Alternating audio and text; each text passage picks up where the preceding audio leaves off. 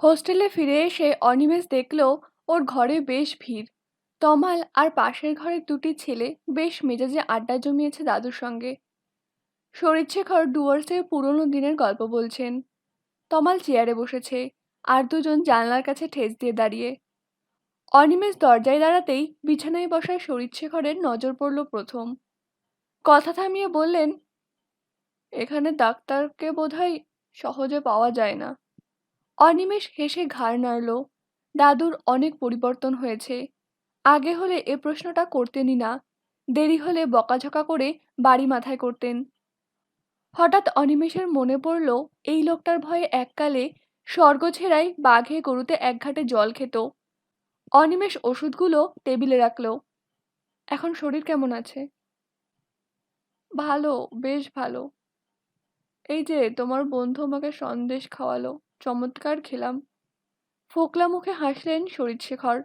তমাল অনিমেষকে বলল, দাদুর কাছে তোমাদের ওখানকার গল্প শুনছি, দারুণ ইন্টারেস্টিং ব্যাপার। চা বাগান কি করে পত্তন হলো তার জীবন্ত সাক্ষী দাদু। আমরা তো সেই দুটো পাতা একটি কুড়ি থেকেই যেটুকু জেনেছি। অনিমেষের এত ভিড় ভালো লাগছিল না। একই ঘরটা ছোট, তার উপর এত লোক একসঙ্গে হলে ভালো করে দাঁড়ানো যায় না। সে বলল, বাবাকে চিঠি দেওয়া হলো না, ভাবছি কাল সকালে একটা টেলিগ্রাম করে দেব। ওয়াই? শরীরশেখরের ভুরু কুঁচকে গেল। অনিমেষ দাদুর দিকে তাকালো। এরকম প্রশ্ন কেন? উনি এই অবস্থায় অসুস্থ হয়ে কলকাতায় এসেছেন, এ খবর জানানোই অন্যায়টা কি? বাবা নিশ্চয়ই খুব চিন্তা করছেন। আমার মনে হচ্ছে চিন্তাটা তোমারই বেশি হচ্ছে। তাছাড়া তোমার টেলিগ্রাম যাওয়ার আগেই আমি পৌঁছে যাব, ওসব করতে যেও না। শরীরশেখর ঘাড় নাড়লেন। আপনি পৌঁছে যাবেন মানে? আমি ঠিক করেছি কাল নর্থ বেঙ্গল এক্সপ্রেসে চলে যাব। সে কি, এই শরীর নিয়ে আপনি যাবেন কি করে? পথে ঘাটে কিছু হয়ে গেলে আর দেখতে হবে না, শরীর ঠিক করে তারপরে যাবেন। অনিমেষ খুব অসন্তুষ্ট গলায় বলল, যে লোকটা সকালবেলায় ওই রকম ঢুকেছে সেই সন্ধেবেলায় এরকম কথা বলছে। শরীরশেখর হাসছিলেন। আমার শরীরকে আমার চেয়ে বেশি নিশ্চয়ই কেউ বুঝবে না। যেটুকু দুর্বলতা আছে তা বয়সটার জন্য। জলপাইগুড়িতে ফিরে গেলে ঠিক হয়ে যাবে। এতক্ষণ ওরা চুপচাপ কথা শুনছিল। এবার তমাল বলল, কিন্তু দাদু, আরো 2-3 দিন থেকে গেলে দোষটা কি? শরীর ফিট হয়ে গেলে কালীঘাট দক্ষিণেশ্বর ঘুরে পুজো টুজো দিয়ে যান। আমাদের কাছে যখন এসেছেন তখন তাড়াতাড়ি ফিরে যাবেনই বা কেন? শরীরশেখর বললেন, বেঁচে যদি থাকি নিশ্চয়ই আসবো ভাই। অনিমেষ চাকরি বাকরি করে ঘরদোর করুক, তখন এসে থাকবো। এখন এই খাঁচায় আমার পক্ষে থাকা অসম্ভব। খাঁচা?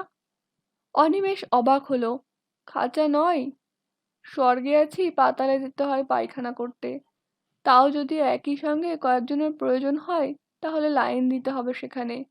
আমি মনে করি মানুষের শোয়ার ঘর আর পায়খানা একই রকমের আরামদায়ক হওয়া উচিত। তার উপর ওই রকম কানের কাছে দিনরাত ট্রামের ডং ডং আওয়াজ অসহ্য। শরীরশেখর মুখ বেঁকালেন। অনিমেষ হেসে বলল, তাহলে বুঝুন আমরা কিরকম আরামে থাকি। শরীরশেখর উত্তেজিত হলেন। এটা তোমাদের কি দুর্ভাগ্য, তোমরা বুঝছো না। একটি ছাত্রকে যদি ন্যায্য পয়সা দিয়েও এরকম নরকে থাকতে হয়, তাহলে তার থেকে দেশ আর কি আশা করবে? এইভাবে তোমাদের মধ্যে একটা বিশৃঙ্খলা ঢুকিয়ে দেওয়া হচ্ছে।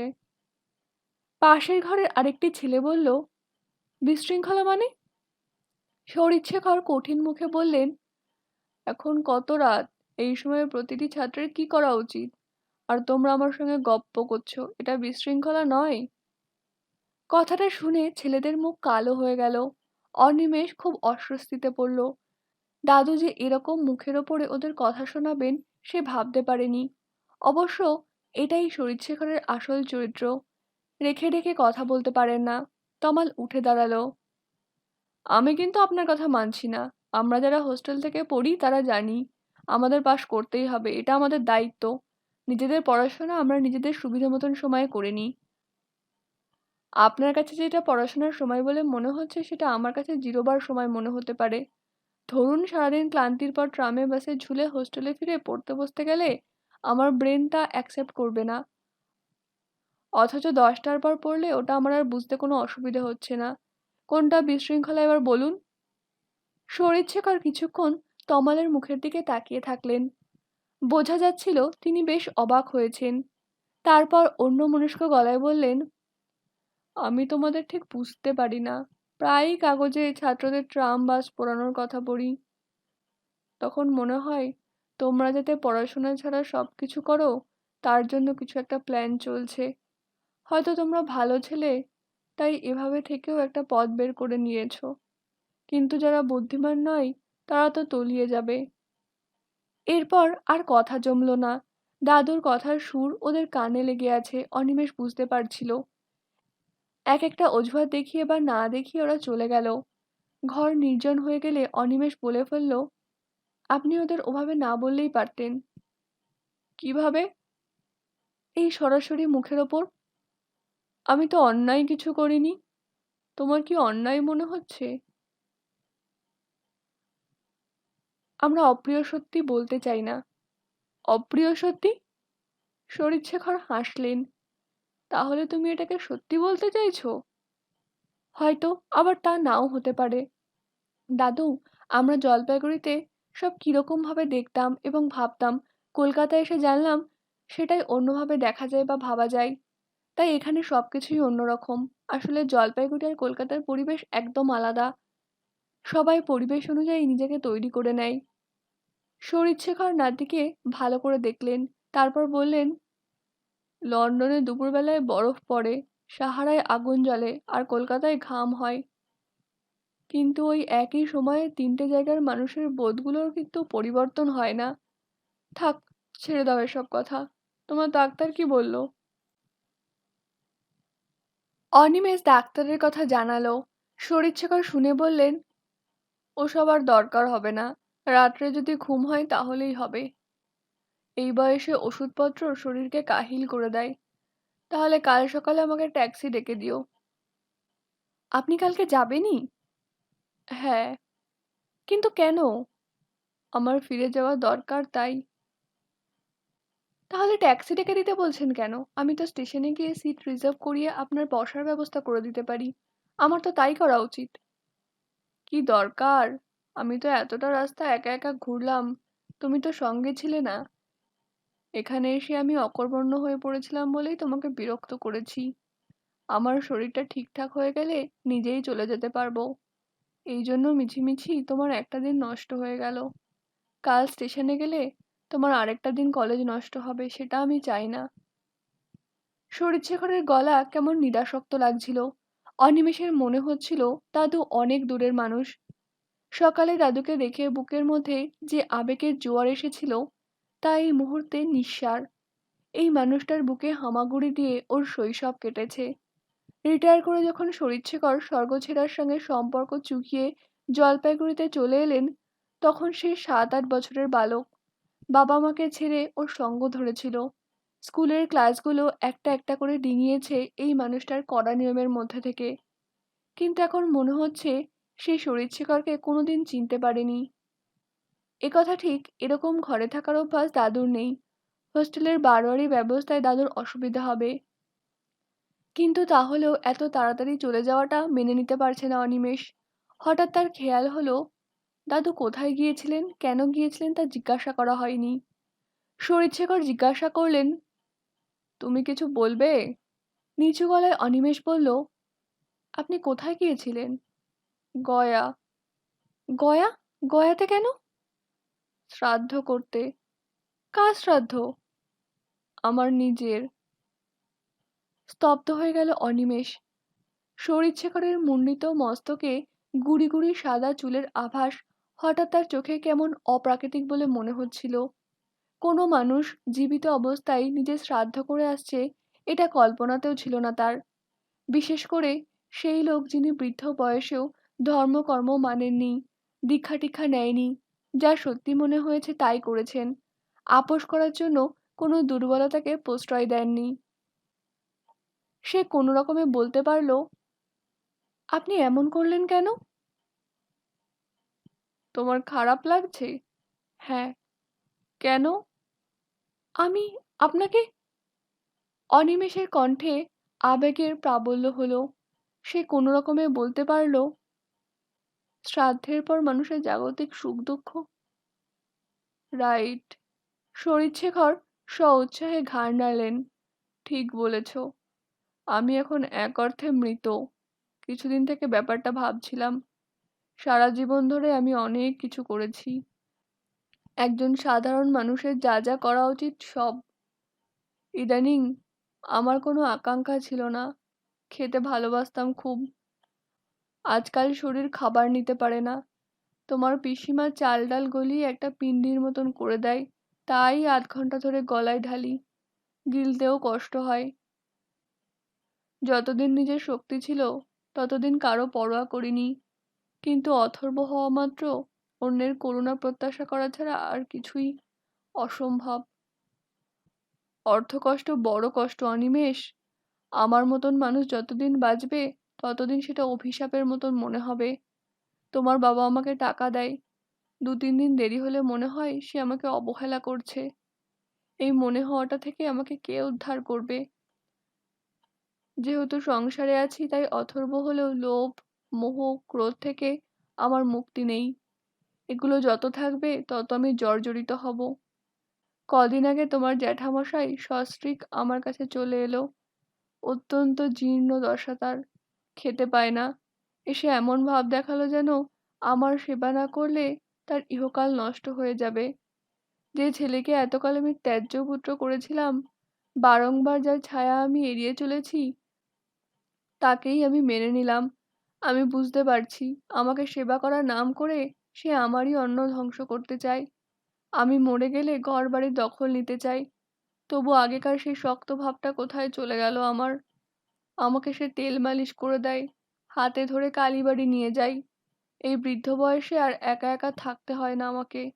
এইটাই আমার কাছে এত বড় যে আমি তার অতীতের সব অন্যায় ভুলে যেতে পারলাম।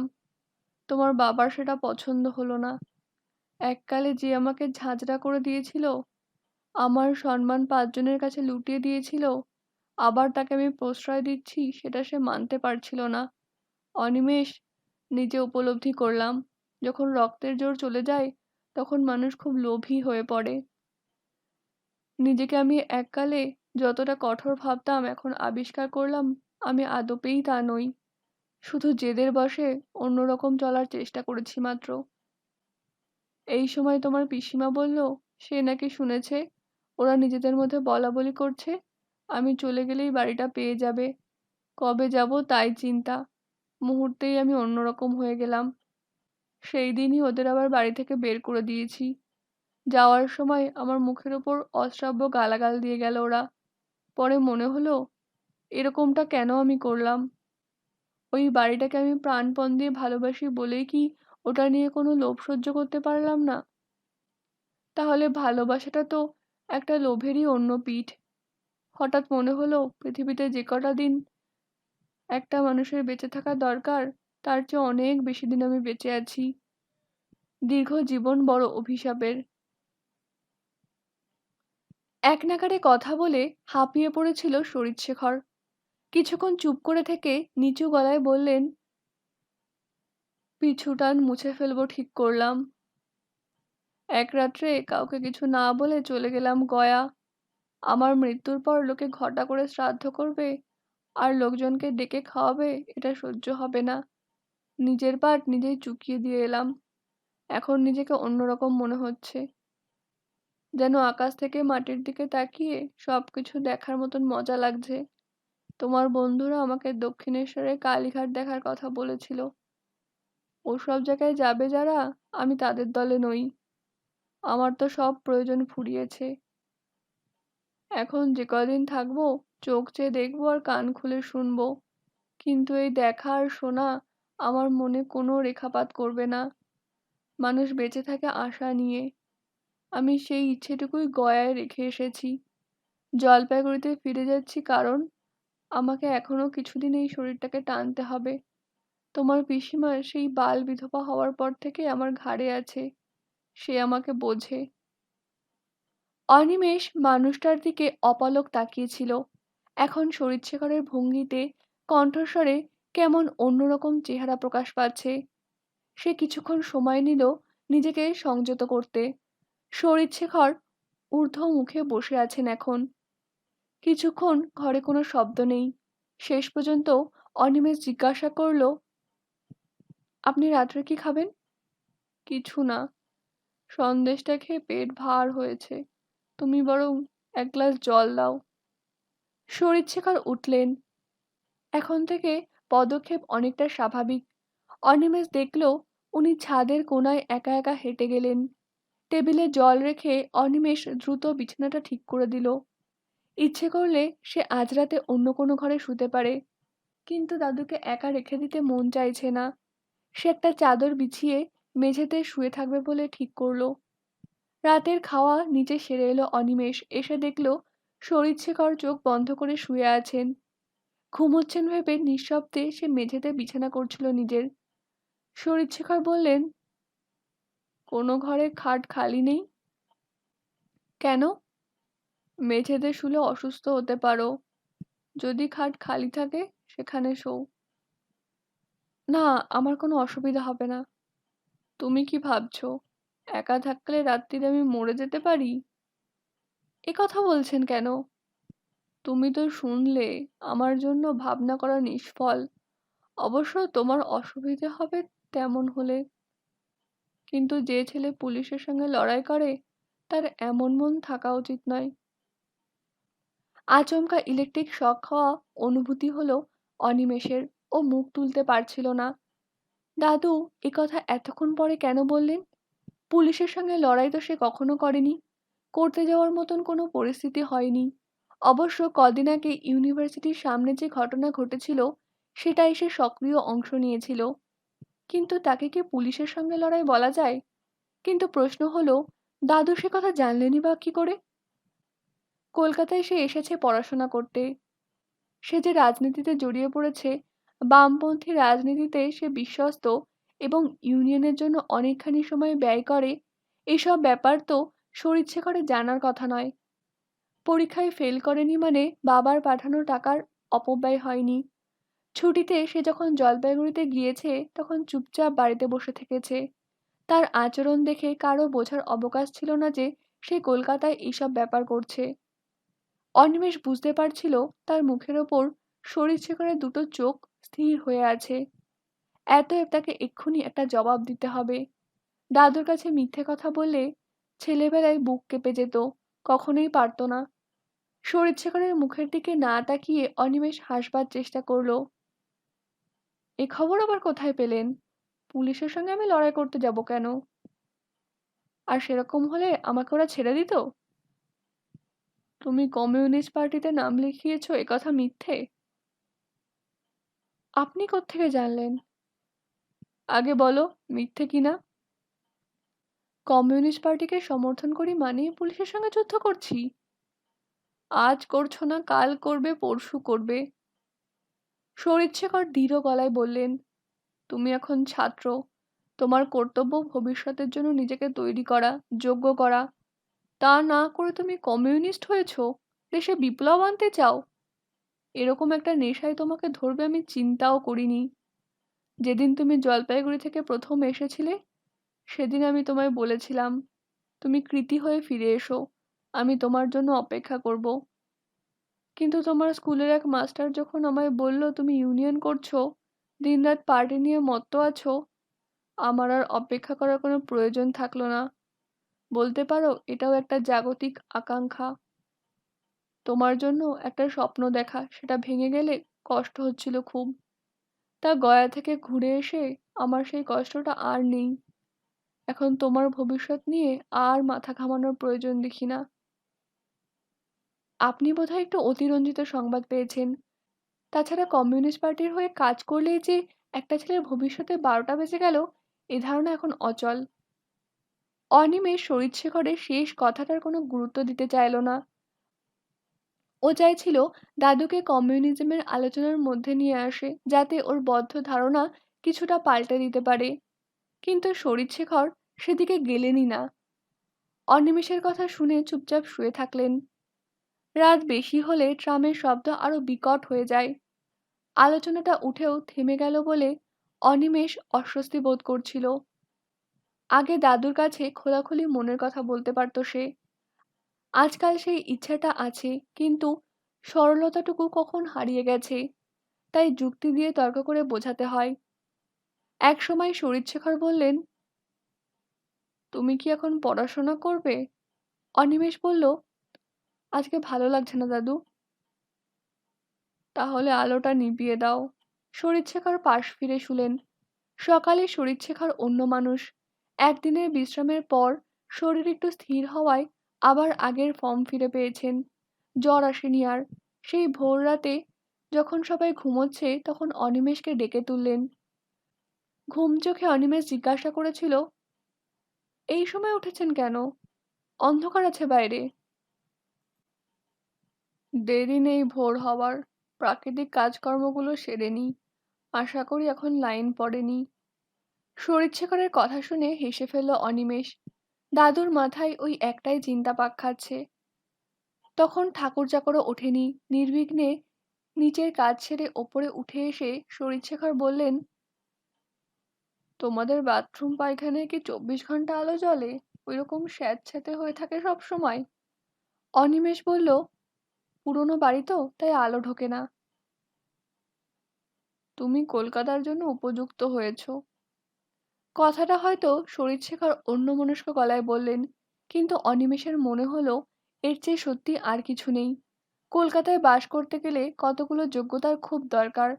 বিবেক, ভদ্রতা, স্নেহ অথবা সৌজন্যের চিরচরিত সংজ্ঞাগুলো এখানে প্রয়োজন মতন অদল বদল করে নেওয়া হয়।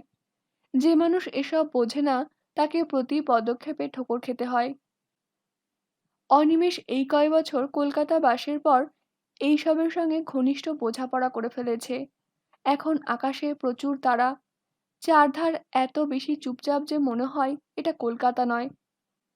ঘুমের মধ্যে শেষ ট্রাম চলে গেছে, আর প্রথম ট্রাম চলার এখনো সময় হয়নি। অদ্ভুত করুণ এবং বিষণ্ণ লাগছিল আকাশ।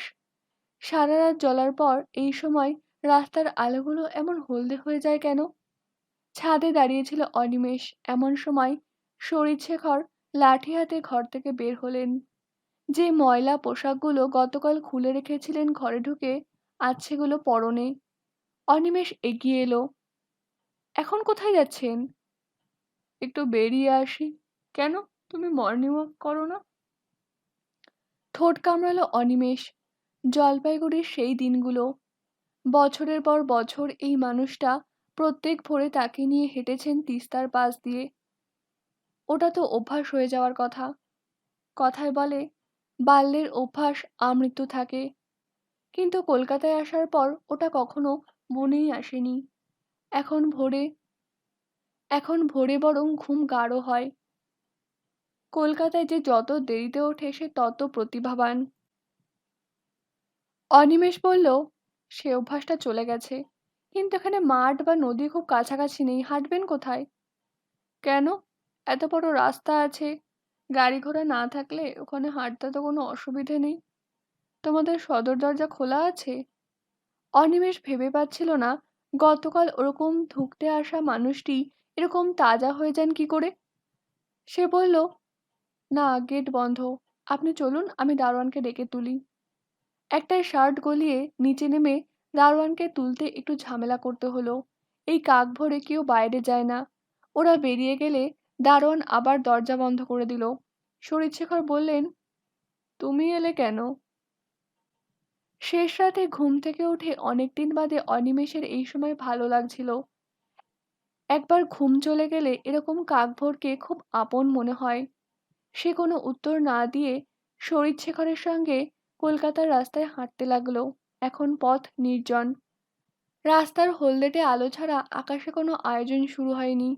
ফুটপাথে কিছু ঘুমন্ত মানুষ ছাড়া লোকজন দেখা যাচ্ছে না। শরীরশেখর লাঠি ঠুকে হাঁটছেন।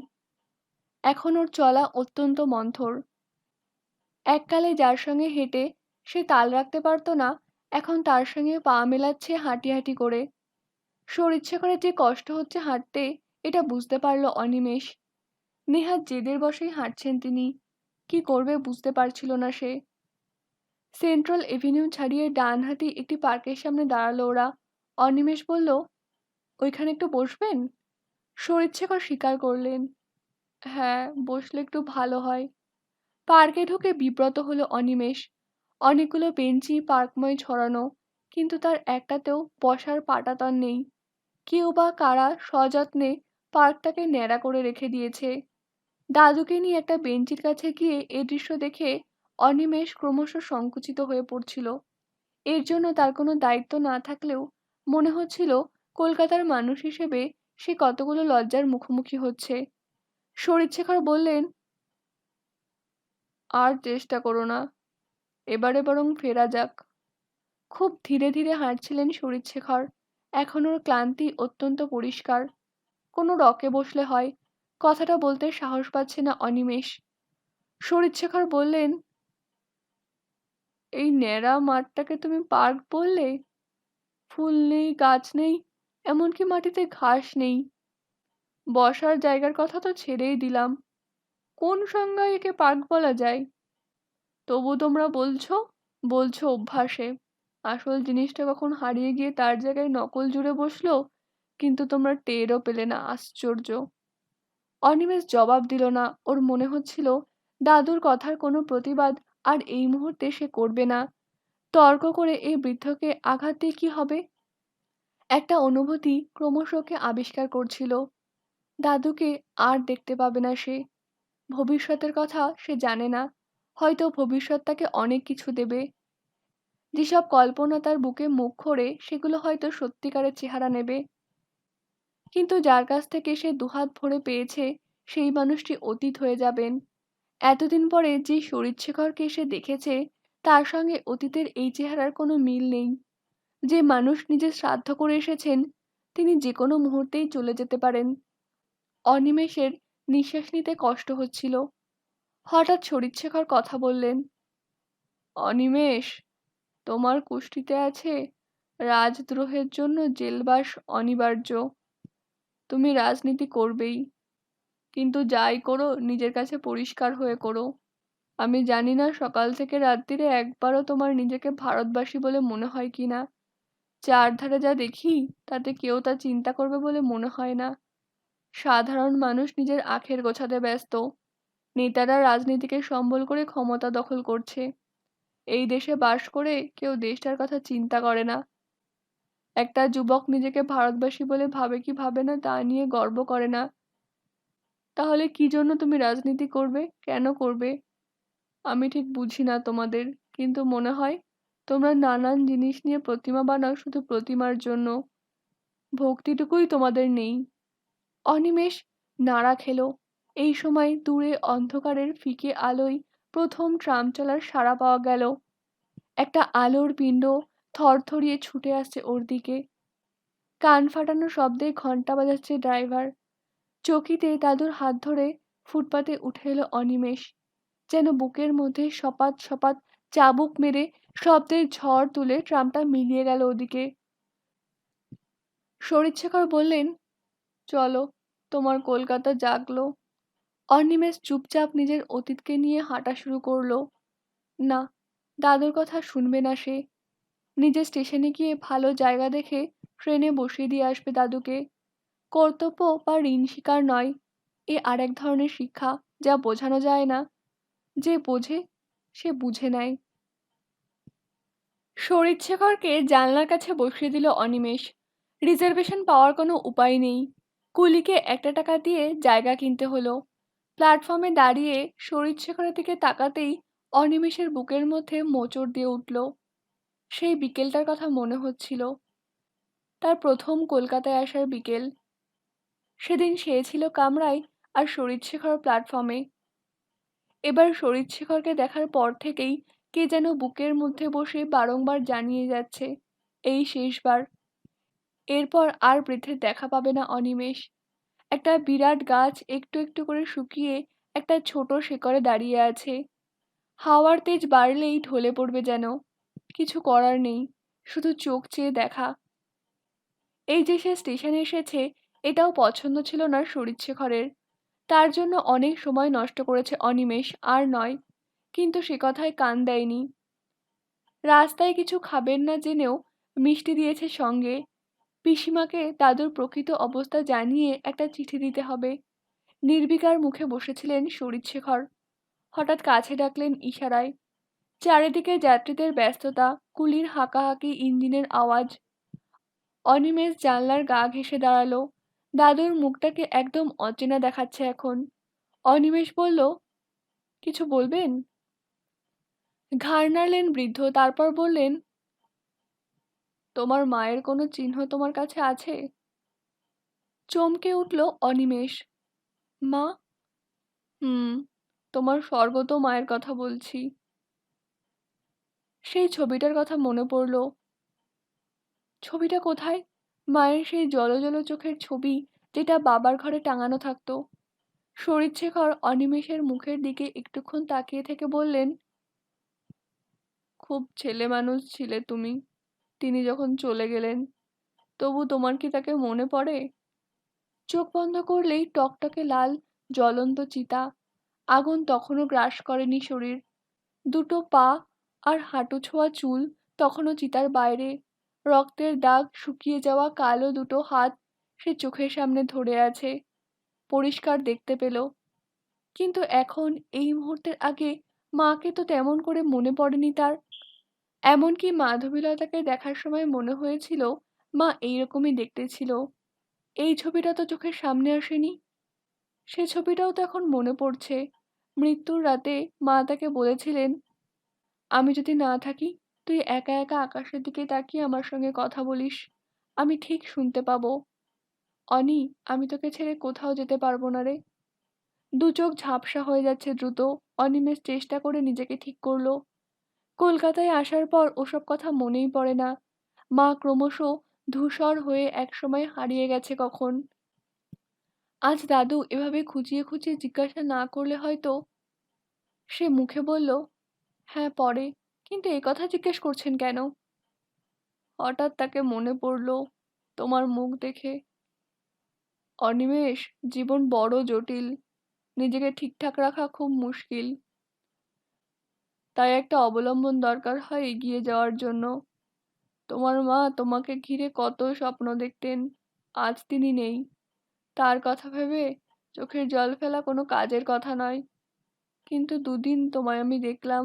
যাই করো, শুধু মনে রেখো, কেউ একজন তোমায় লক্ষ্য করে যাচ্ছে, তাই কখনো অসৎ হইও না। অনিমেষ জানলায় হাত রেখেছিল। পলকেই সে টের পেল হাতের তলায় জানলা নড়ছে। তারপর একটু একটু করে এগিয়ে যেতে লাগলো সেটা। একটার পর একটা কামরা অনিমেষকে অতিক্রম করে গেল। শরীরশেখরের মুখটা অনেক মুখের আড়ালে হারিয়ে গেল। স্টেশন ছাড়ার সময় কেন যে সবাই সতৃষ্ণ চোখে প্ল্যাটফর্মের দিকে তাকিয়ে থাকে। ট্রেনটা সম্পূর্ণ বেরিয়ে না যাওয়া অবধি অনিমেষ নড়ল না। এখন অফিসের সময়। শিয়ালদা স্টেশনের বাইরে এসে চুপচাপ দাঁড়িয়ে থাকলো অনিমেষ। পিলপিল করে মানুষজন ছুটে যাচ্ছে সার্কুলার রোডের দিকে। ঘন ঘন লোকাল ট্রেনগুলো শহরতলি থেকে মানুষ বয়ে এনে ছেড়ে দিচ্ছে কলকাতায়। প্রত্যেকে এত ব্যস্ত যে কারো পিছনে তাকানোর সময় নেই। অনিমেষ দেখলো মানুষের চেহারা মোটামুটি একই। যেহেতু এদের প্রয়োজন অভিন্ন, তাই ভঙ্গিতেও ফারাক নেই। হঠাৎ তাকালে সেই ছবিটার কথা মনে পড়ে যায়। ঝড়ের আভাস পেয়ে যেভাবে নানান চার পেয়ে জন্তুরা পাগলের মতন ছুটে যায় আশ্রয়ের জন্য ধুলোর বন্যা বইয়ে, ঠিক তেমনই। তাড়াহুড়ো এমন যে কেউ কাউকে সামান্য সৌজন্য দেখাচ্ছে না। আবার এই মানুষই পৃথকভাবে একা থাকলে অত্যন্ত ভদ্র, শিষ্টাচারণ সম্পন্ন হবে। কি করে মানুষের এতগুলো মুখ হয়? এদের দিকে তাকিয়ে থাকতে থাকতে শরীরশেখরের কথাটা মনে পড়ল। এই যে লোকগুলো ঘুম থেকে উঠেই ভাত খেয়ে ট্রেনে চাপে, শিয়ালদায় নেমে ঊর্ধ্বশ্বাসে ছুটে অফিস যায় বাদুড় ঝুলে, সারাদিন খবরের কাগজ পড়ে, পরচর্চা করে এবং কিছু কাজ করে কাটিয়ে দেয়। আবার বিকেলে শিয়ালদা থেকে বাজার নিয়ে ট্রেনবন্দি হয়ে রাত 10টায় বাড়ি ফেরে। তারা কি ধরনের মানুষ? বেঁচে থাকার জন্য প্রতিটি সংসারের আয়যন্ত্র। রাত্রের সন্তান উৎপাদক এবং দিনে পরচর্চা এখন রক্তে মিশে গেছে। এরা কেউ নিজেকে কি ভারতবাসী বলে মনে করে? এই দেশ আমার, এরকম বোধ কখনো কি তাদের চিহ্নিত করে? একমাত্র সমালোচনা ছাড়া এরা রাজনীতির ধারে কাছে ঘেঁষে না। যারা তাদের পাইয়ে দেয় সেই রাজনৈতিক দলগুলোকে এরা সমর্থন করে। আদর্শের বালাই নেই, তাহলে এই যে মানুষের ভারতবর্ষ, সে কতটা উন্নতি করবে? হাত পা মাথাবিহীন একটা জন্তুর মতো মুখ থুবড়ে পড়ে আছে দেশটা, এবং তার জন্য কারো বিন্দু মাত্র মাথা ব্যথা নেই। কমিউনিস্ট পার্টি এদের কথা কিভাবে চিন্তা করে অনিমেষ জানে না। পার্টির প্রথম সারির নেতাদের সঙ্গে তার আলাপ নেই। কমিউনিস্ট পার্টি সর্বহারার পার্টি। কিন্তু এইসব মানুষ কিছুতেই রাজি নয়। ওর মনে হলো এরকম দরকজা মারা মানুষগুলোকে কখনোই কমিউনিজমে বিশ্বাস করানো যাবে না। একটা বড় আঘাত, সে যুদ্ধই হোক কিংবা শাসনযন্ত্রের দুর্বার পীড়নই হোক, যা ব্যক্তিগত ঘোড়াটেপগুলোকে ছত্রাকার করবে, তা না এলে মানুষে মানুষে জানাশোনা হবে না।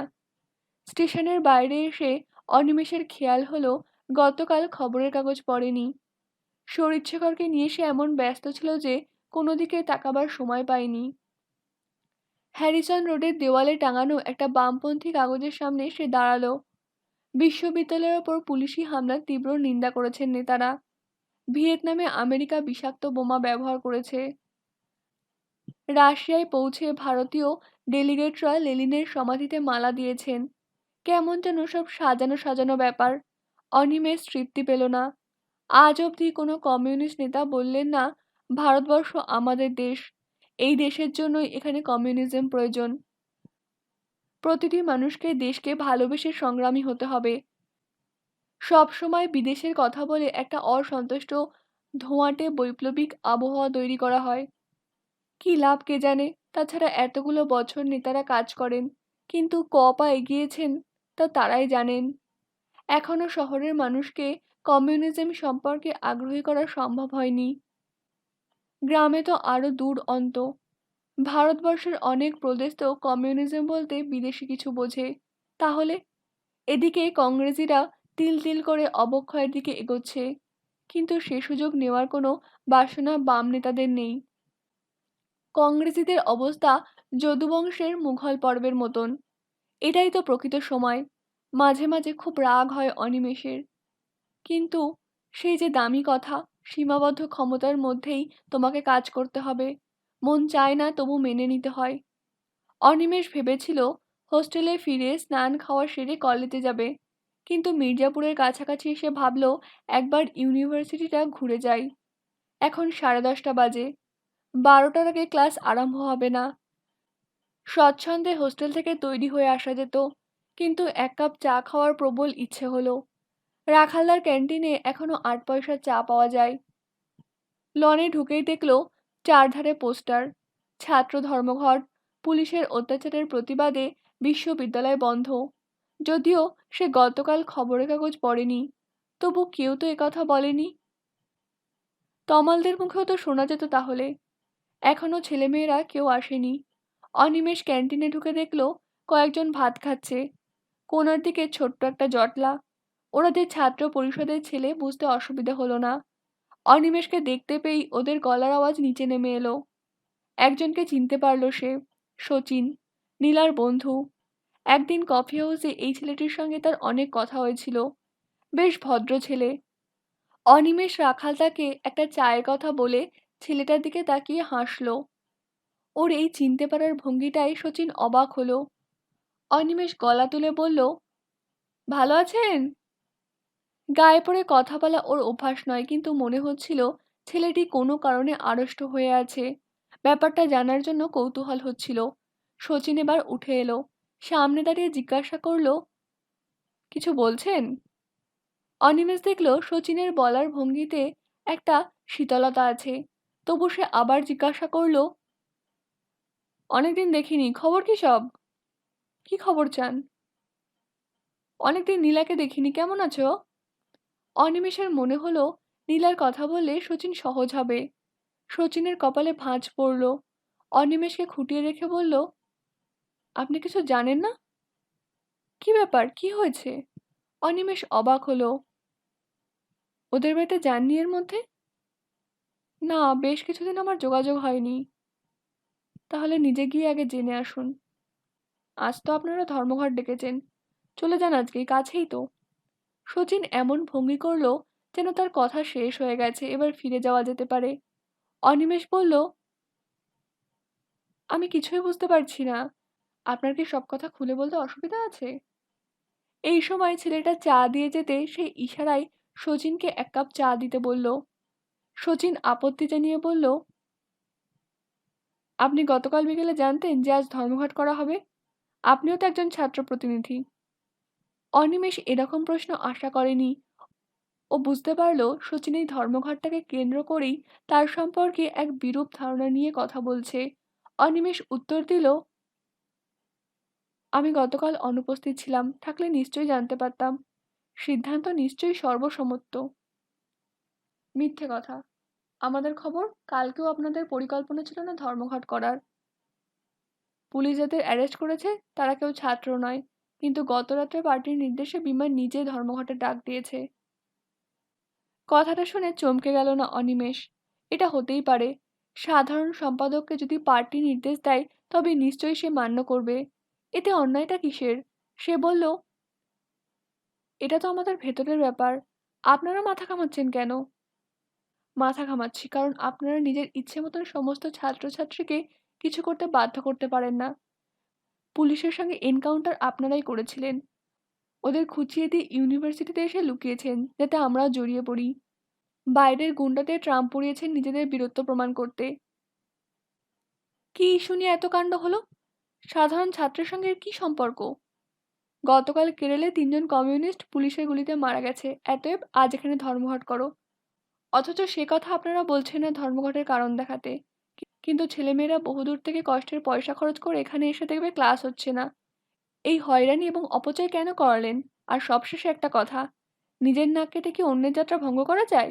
একদিন ধর্মঘট করা মানে একটা দিনের পড়াশোনা নষ্ট করা। এতে আপনাদের কি রাজনৈতিক উদ্দেশ্য সিদ্ধ হবে? আমি এ ব্যাপারে আপনার সঙ্গে আলোচনা করতে ইচ্ছুক নই। আপনার যদি আপত্তি থাকে তাহলে আপনি ধর্মঘটে যোগ দেবেন না, ব্যাস। অনিমেষ চায়ের দাম দিল। সে তো ১০০ বার। আপনারা যা ইচ্ছে করবেন আর আমরা মুখ বুজে সহ্য করব এটা ভাববেন না। আমরা ধর্মঘটের প্রতিবাদ করব। আমরা ছাত্রদের বলবো ক্লাস করতে। শচীন কথা শেষ করা মাত্রই অনিমেষ ক্যান্টিন থেকে বেরিয়ে এলো। কী পরিস্থিতিতে বিমানদা আজকের ধর্মঘট ডেকেছে সে জানে না, কিন্তু সেদিন যে পুলিশ বাড়াবাড়ি করেছিল সেটা তো সত্যি। ইউনিয়ন রুম জমজমাট। কার্যনির্বাহক কমিটির সবাই এসে গেছে। অনিমেষকে দরজায় দেখে সুদীপ চুরুট নামালো। এই যে অনিমেষ বাবু, আসুন। কথাটায় ব্যঙ্গ মেশানো। অনিমেষ অবাক হলো। এভাবে কথা বলার কি কারণ আছে তা বুঝতে পারল না সে। একটা চেয়ার টেনে বসতেই বিমান বলল, কাল কি হয়েছিল তোমার? অনিমেষ বলল, একটা পারিবারিক কাজে জড়িয়ে গিয়েছিলাম। বিমান বলল, যাই হোক না কেন, একবার তোমার ঘুরে যাওয়া উচিত ছিল। পার্টির কাজ করতে গেলে ব্যক্তিগত ব্যাপারগুলোকে এতটা গুরুত্ব দেওয়া চলবে না অনিমেষ। তাছাড়া তোমার কাছ থেকে আমরা তেমন কোনো কাজও পাই না। সুদীপ বেঁকানো গলায় বলল, দেখে তো মনে হচ্ছে স্নান খাওয়া করনি, তা এখন এখানে আসতে পরামর্শ দিল কে? এবার বিরক্তি চাপতে পারল না অনিমেষ। আমি কি এখানে এসে অন্যায় করেছি? বিমান বলল, তুমি হোস্টেলে ছিলে না সকালে, খবর পেলে কি করে? অনিমেষ বলল, আমাকে খবর দেওয়া হয়েছিল। হ্যাঁ, কিন্তু তোমাকে পাওয়া যায়নি। আমি স্টেশনে গিয়েছিলাম, ফেরার পথে কোনো কিছু না ভেবেই এখানে এসেছি। আর এসেই সোজা ছাত্র পরিষদের সঙ্গে আলোচনায় বসে গেলে? সুদীপ বলল। এবার অনিমেষ উঠে দাঁড়ালো। আপনারা কি বলতে চাইছেন খুলে বলুন। বিমান একটা হাত ওপরে তুলে বলল, উত্তেজিত হওয়ার মতন কিছু হয়নি, বসো। তারপর অন্য সবার দিকে তাকিয়ে বলল, কমরেডস, আমাদের অত্যন্ত প্রতিকূল পরিস্থিতির মধ্যে দিয়ে যেতে হচ্ছে। আপনাদের কাছে আমার আবেদন যে এই সময়ে কোনো রকম আচরণ করবেন না যাতে পার্টি ক্ষতিগ্রস্ত হয়। আমাদের মধ্যে বিভেদ সৃষ্টি করার জন্য এক সক্রিয় ষড়যন্ত্র শুরু হয়ে গেছে। আমরা যেন কেউ সেই ফাঁদে পা না দিই। আমাদের ছাত্র সংগঠনগুলো পার্টির এক একটা হাতের মতো। অতএব এই সংগঠনের গুরুত্ব অনেক। পুলিশ, কংগ্রেস সরকারের পুলিশ প্রকাশ্যে জঘন্য অত্যাচার করে ছাত্র সমাজকে কলুষিত করছে। আমরা এর তীব্র প্রতিবাদ করেছি। এই প্রতিবাদের প্রকাশ আজকের ছাত্র ধর্মঘট। আমরা জানি সাধারণ ছাত্ররা আমাদের পাশে আছেন। যদি কেউ বিরোধিতা করতে চান, সেই দালালদের আমরা বাধা দেব।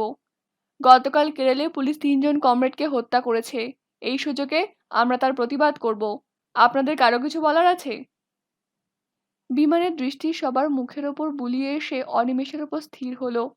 উত্তেজিত হলে মানুষের নার্ভ বিক্ষত হয়। বিমানের বক্তৃতা অনিমেষের কানে অস্পষ্ট হয়ে যাচ্ছিল মাঝে মাঝে। তার সম্পর্কে আত্মবিশ্বাস এদের মধ্যে এসেছে, এই বোধ তাকে নিঃসঙ্গ করছিল। বিমান জিজ্ঞাসা করল, অনিমেষ কিছু বলবে? সচেতন হলো অনিমেষ, ঘাড় নেড়ে না বলে বসে পড়ল। বিমান বলল, কোনো কোনো ব্যাপারে সবাই একমত নাও হতে পারে, কিন্তু প্রতি ব্যাপার নিয়ে যদি আমরা সমালোচনা করি তাহলে কোনো কাজই শেষ করা হবে না। যুদ্ধক্ষেত্রে সৈনিকের কর্তব্য হলো হুকুম পালন করা। তাতে যদি মৃত্যুও হয় তবু তাই সই, কারণ আজকের মৃত্যু আগামীকালের পক্ষে আশীর্বাদ হয়ে দাঁড়াবেই। আপনাদের কাছে আমার আবেদন, আমাদের আন্দোলন সফল করতে প্রত্যেকে সক্রিয় ভূমিকা নিন। বিমান বসে পড়তেই সুদীপ উঠে দাঁড়ালো। কিছুক্ষণ সময় নিয়ে সবাইকে দেখল, তারপর অত্যন্ত গুরুগম্ভীর গলায় বলল, কমরেডস, আমি খবর পেয়েছি আজকের ধর্মঘট বানচাল করতে বুর্জোয়া শাসন ব্যবস্থা বদ্ধপরিকর। তাদের লালিত ছাত্র সংস্থা এর মদদ দেবে। দুঃখের কথা, কিছু প্রতি বিপ্লবী বিপদগামী বন্ধু এদের সঙ্গে হাত মিলিয়েছে। আমরা এর মোকাবিলা করব। আপনারা অন্যান্য কমরেডসদের নিয়ে ইউনিভার্সিটির প্রতিটি গেটে বিক্ষোভ সমাবেশ করুন। কেউ যদি জোর করে ঢুকতে যায় তাহলে আমরাও চুপ করে বসে থাকবো না। কয়েকটি দলে ভাগ হয়ে সবাই এক একটা গেটে চলে গেল। ইউনিভার্সিটির অফিস খোলা, অধ্যাপকদের আসতে বাধা দেওয়া হবে না। অনিমেষকে ডাকলো বিমান, তুমি একটু আমার সঙ্গে এসো। একটু ফাঁকা জায়গায় দাঁড়িয়ে বিমান জিজ্ঞাসা করলো, তোমার কি হয়েছে? কিছুই হয়নি। তুমি কি পার্টির প্রতি ভরসা হারাচ্ছ? এ কথা কে বলল? আমাদের কানে এসেছে তুমি এরকম কথাবার্তা বলো। না, আমি কখনো বলিনি। অনিমেষ ভাবতেই পারছিল না তার মনের কথা এরা টের পাচ্ছে কি করে। সে তো কারোর সঙ্গে আলোচনা করেনি। কাল রাত্রে তুমি কি করছিলে? মানে? Animesh, be easy. কাল রাত্রে তুমি হাতিবাগানে কি করছিলে? এবার অনিমেষ শক্ত হলো। ওরা কি সুভাষদার সঙ্গে তার দেখা হওয়া নিয়ে এসব কথা বলছে? কিন্তু সুভাষদা তার পরিচিত, দেখা তো হতেই পারে। সে বলল, ডাক্তারের কাছে গিয়েছিলাম, সেখান থেকে বেরিয়ে সুভাষদার সঙ্গে দেখা। আমরা চা খেলাম, গল্প করলাম। কি গল্প? এটা একদম ব্যক্তিগত প্রশ্ন নয়। গুড। তুমি সহজ হতে পারছো না অনিমেষ। মনের মধ্যে ময়লা থাকলেই মানুষ গুটিয়ে যায়। তবু জিজ্ঞাসা করছি কি কথা হয়েছিল। অনেক দিনের আলাপ, দেখা হলো দীর্ঘ ব্যবধানে। এরকম ক্ষেত্রে যেরকম কথা হতে পারে আর কি। আপনার সঙ্গে দেখা হয়নি সুভাষদার? না, সে দেখা করবে না। সুভাষকে পার্টি থেকে বের করে দেওয়া হয়েছে এই খবরটা তো তুমি শুনেছ ওর কাছ থেকেই। কেউ শাস্তি পেলে তার ব্রেন অনেক কিছু বানিয়ে নেয়। সুভাষ তোমাকে প্রকাশ্যে রেস্টুরেন্টে যেসব কথা বলেছে তা অনেকেই শুনেছে। এসব কথা ওকে বলতে দিয়ে তুমি ভালো করনি। ব্যক্তিগত স্বার্থসিদ্ধি করার চেষ্টার জন্য দল ওকে দাঁড়িয়েছে। এরকম মানুষের সঙ্গে কোনো রকম সংস্রব না রাখাই বুদ্ধিমানের কাজ। আমার কথা বুঝতে পারছো? বিমানের কথাগুলো যে সতর্কীকরণ তা বুঝতে অসুবিধা হলো না অনিমেষের। এই নিয়ে অনেক তর্ক করা যেতে পারে, কিন্তু অনিমেষ নিষ্প্রিয় থাকলো। সুভাষকে ওর ভালো লাগে। সুভাষ যে কথাগুলো বলেছে তা অযৌক্তিক বলে মোটেই সুভাষ যে কথাগুলো বলেছে তা অযৌক্তিক বলে মোটেই মনে হয়নি। ও বুঝতে পারছিল এ ব্যাপারে যা কিছু সিদ্ধান্ত তা নিজেই নিতে হবে, এবং সেটা যতক্ষণ না নিতে পারছে ততক্ষণ বেফাঁস কথা বলা বোকামি হবে। মেইন গেটের দিকে হাঁটতে হাঁটতে অনিমেষ ব্যাপারটা নিয়ে ভাবছিল। গতকাল এই রেস্টুরেন্টে এমন কোনো পরিচিত মুখ ছিল না যে সুভাষের সঙ্গে তার আলোচনা এদের জানাতে পারে। তাহলে জানলো কি করে? সুভাষ যদি দল থেকে বিতাড়িত হয় তাহলে নিশ্চয়ই এদের বলবে না। ব্যাপারটা রহস্যময়, অথচ কোনো সূত্র খুঁজে পেল না সে। অনিমেষ বুঝল রাজনীতি করতে গেলে তাকে সতর্ক হয়ে পা ফেলতে হবে। অনিমেষেরা স্লোগান দিচ্ছিল। এখন দু একজন করে ছাত্রছাত্রী আসতে শুরু করেছে। ইউনিয়নের যারা যারা সমর্থক তারা ওদের সঙ্গে মিশে যাওয়ায় দলটাকে ভারী দেখাচ্ছিল। যারা কোনো দলে নেই তারা দূরে ছড়িয়ে ছিটিয়ে দাঁড়িয়ে ব্যাপারটাকে বুঝতে চাইছিল। ইউনিভার্সিটির সবকটা গেটেই এই ধরনের বিক্ষোভ চলছে। ফলে এদের ডিঙিয়ে কেউ ভেতরে ঢুকতে পারছে না। পাশের দেওয়ালে পোস্টার সাঁটা হয়েছে, পুলিশের বর্বর নির্যাতনের প্রতিবাদে আজ ছাত্র ধর্মঘট। এই কথাটাই বিভিন্ন স্লোগানের মাধ্যমে অনিমেষেরা বলছিল। কলেজ স্ট্রিটে এখন অফিস টাইমের ভিড়, বাস ট্রাম থেকে লোকজন মুখ বার করে দেখছে ওদের। স্লোগান থামিয়ে একটু আগে বিমান বক্তৃতা দিয়ে গেল একটা টুলের ওপর দাঁড়িয়ে। জ্বালাময়ী ভাষণ এবং সমগ্র ছাত্র সমাজের অপমান হিসেবে সে ঘটনাটাকে ধিক্কার জানালো। ক্রমশ কলেজ স্ট্রিটে ভিড় জমছে, ছেলেমেয়েরা ফুটপাত উপছে রাস্তায় নেমে ওদের দেখছে। ট্রাম বাসগুলো একসময় দাঁড়িয়ে গেল ভিড়ের জন্য। এতক্ষণ কেউ ভেতরে ঢোকার চেষ্টা করেনি, এমনকি কোনো অধ্যাপক বা অফিস কর্মীকেও আসতে দেখেনি অনিমেষ।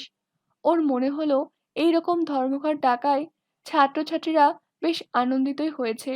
মুফতে একটা ছুটি পাওয়া গেল, বেশ চুটিয়ে আড্ডা মারা যাবে। ছুটির মেজাজ এখন ওদের। কি জন্য ধর্মঘট, কেন সেটা করা হচ্ছে, এসব নিয়ে মাথা ঘামানোর কোনো দরকার বোধ করছে না। স্লোগান উঠছে ঢেউয়ের মতন, হঠাৎ শুনলে প্রতিটি শব্দ আলাদা করে কেউ বুঝতে পারবে না। অনিমেষের মনে হচ্ছিল পুরো ব্যাপারটাই কেমন যেন সাজানো অথবা চাপানো, কারো মনের সঙ্গে কোনো যোগাযোগ নেই, যেন একটা ফর্মুলাকে অনুসরণ করে যাওয়া। সেটা যে কখন বাসি অকেজো হয়ে গেছে তার খোঁজ কেউ রাখে না। অনিমেষের খিদে পাচ্ছিল, হোস্টেলে ভাত ঢাকা আছে, কিন্তু এখন যদি সে হাতিবাগানে গিয়ে খেয়ে আসতে চায় তাহলে সেটা দৃষ্টিকটু হবে। স্নান না করে সে একটা দিনও থাকতে পারে না। সে না হয় আজ না করলো, পকেটে এমন পয়সা নেই যে চট করে রাখালদার ক্যান্টিন থেকে খেয়ে আসবে। দাদুর জন্য আচমকা যে খরচ হয়ে গেল তার সামলে এই মাসের বাকি কটা দিন কেমন ভাবে চালাবে বুঝতে পারছিল না অনিমেষ। খিদের কথা মনে হতেই এই চিন্তাটা এলো। ঠিক এই সময় প্রেসিডেন্সি কলেজের দিকে স্লোগান উঠল, চীনা দালাল নিপাত যাক, বেআইনি ধর্মঘট মানছি না, মানব না, গুন্ডাদের আন্দোলনে ছাত্ররা থাকছে না, থাকবে না। একজন একটু এগিয়ে দেখে এসে বলল, বড়জন 20 জন ওদের দলে, চিন্তার কিছু নেই। ও পক্ষের স্লোগান কানে আসা মাত্রই এ পক্ষের গলা উত্তাল হলো। ওদিকের আওয়াজ যত এগিয়ে আসতে লাগলো তত টেনশন বাড়ছে। ক্রমশ অনিমেষ ওদের দেখতে পেল। মুকুলের সামনে শচীনও আছে, প্রত্যেকের হাতে বই খাতা, যেন ক্লাস করতে আসছে। দুপক্ষের চিৎকারে কান পাতা দেয়। ইউনিভার্সিটির কার্নিশে বসা একটা চিল ভয় পেয়ে ডানা ঝাপটে উড়ে গেল আচমকা। গেটের কাছাকাছি ওরা আসতে পারল না। অনিমেষেরা অনেকখানি জায়গা দখল করে রেখেছে। মুকুলেশ নিজের দলকে চুপ করিয়ে ওদের দিকে মুখ তুলে গলা তুলে বলল, আমরা এই ধর্মঘট মানছি না, আমাদের ভেতরে যেতে দিন। বোধহয় এইরকম অনুরোধের জন্য এরা প্রস্তুত ছিল না। স্লোগান থেমে গেল হঠাৎই, সবাই চুপচাপ, কোনো উত্তর দিল না। মুকুলেশ আবার বলল, যারা ধর্মঘট করবেন তারা যাবেন না, কিন্তু সেটা সবার উপর জোর করে চাপিয়ে দেওয়ার অধিকার আপনাদের নেই। বিমান বা সুদীপ এই গেটে নেই এখন। অনিমেষ চট করে টুলে উঠে দাঁড়িয়ে চিৎকার করে বলল, এটা ইউনিয়নের সিদ্ধান্ত, ছাত্রদের তা মানতে হবে। মুকুলেশ বলল, ইউনিয়নের নয়, আপনাদের পার্টির সিদ্ধান্ত, সেটা আমরা মানতে বাধ্য নই। আপনারা সরে যান, আমরা ভেতরে ঢুকবো। ঠিক তখনই হইচই বেঁধে গেল। মুকুলেশের দলের দুটো স্বাস্থ্যবান ছেলে এদের সরিয়ে জোর করে ভেতরে ঢুকতে গেল। এরা তাদের থামাতে হাতাহাতি বেঁধে গেল। কিছুক্ষণের মধ্যেই কলেজ স্ট্রিট যুদ্ধক্ষেত্রে পরিণত হয়ে গেল। ছেলেমেয়েরা যারা এতক্ষণ নাটক দেখছিল তারা ঊর্ধ্বশ্বাসে পালাতে শুরু করলো। দেখা গেল সেই দুটো ছেলে রীতিমতো প্রহিত হয়ে মির্জাপুরের ভেতরে ঢুকে যাচ্ছে। মুকুলেশরাও উধাও, একটা ছেলেও ঢুকতে পারেনি। সবকটা গেটই অনিমেষের দখলে। ফুটপাতের দোকানদারেরা মালপত্র নিয়ে পালাচ্ছে। পরিস্থিতি সামলে নিয়ে অনিমেষেরা স্লোগান দিচ্ছিল জোর গলায়। খবর পেয়ে বিমান সুদীপ ছুটে এসেছে। প্রচণ্ড উত্তেজনায় সবাই কাঁপছে। ঠিক সেই সময় গেটের মুখে বোমা পড়ল। মাটিতে পড়েই যে শব্দ হলো তাতে হকচকিয়ে গেল তারা। ধোঁয়ায় চারধার ঢেকে যাচ্ছে। কলেজ স্কোয়ারের দিক থেকে বোমাগুলো আসছে। আত্মরক্ষার জন্য সবাই গেট ছেড়ে ভেতরে ঢুকে গেল। বোমা ছোড়া মাত্রই অনিমেষের মাথায় আগুন জ্বলে উঠল। সে দ্রুত পায়ে বেরিয়ে এসে লক্ষ্য করতে লাগলো কোন দিক থেকে বোমাগুলো আসছে। এখন কলেজ স্ট্রিট খাঁ খাঁ করছে, ট্রামগুলো পিছু হটছে। পুলিশ ভ্যানের আওয়াজ পেল সে। অনিমেষের মনে হলো কেউ একজন কলেজ স্কোয়ারের গেটের আড়ালে লুকিয়ে আছে। ছেলেটাকে ধরার উদ্দেশ্যে অনিমেষ রাস্তা পার হতেই আরো কয়েকটা বোমা তার মাথা টপকে ওপাশের ফুটপাতে গিয়ে সশব্দে ফাটল।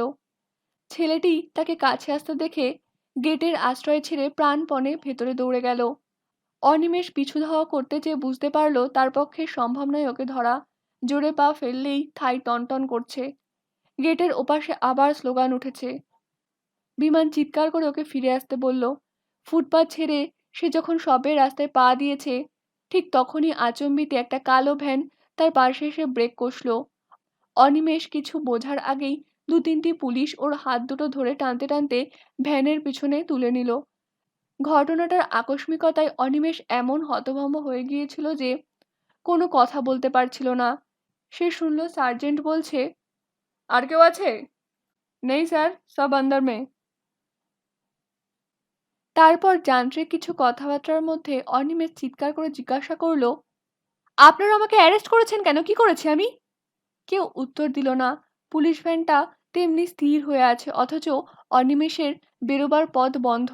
এই সময় অনিমেষের কানে এলো গেট থেকে নতুন স্লোগান উঠছে, পুলিশ তুমি নিপাত যাও, কমরেড অনিমেষ লাল ছিলাম লাল ছিলাম। সার্জেন্টটা খড়কে দিয়ে দাঁত খুঁড়তে খুঁড়তে বলল, সেলাম আবার লাল হয় কি করে মশাই? দাঁতে দাঁত চেপে অনিমেষ বলল, শালা। পুলিশ ভ্যানটা সঙ্গে সঙ্গে চলতে শুরু করলো। আমার এই অডিও বুকটি এতক্ষণ ধরে শোনার জন্য থ্যাংক ইউ সো মাচ। আমার এই অডিও বুকটি যদি তোমাদের ভালো লেগে থাকে তাহলে প্লিজ একটা লাইক করে দিও। আর এইরকমই অনেক অডিও বুক শোনার জন্য আমার চ্যানেলটাকে সাবস্ক্রাইব করতে ভুলবে না। আর পাশে যে বেল আইকনটা আছে ওটাও প্রেস করে দিও, যাতে এর পরের অডিও বুকগুলোর নোটিফিকেশন তোমরা পাও। তাহলে আজ এই পর্যন্তই। পরের পার্টটা খুব তাড়াতাড়ি নিয়ে আসবো। আজকের মতন বিদায়।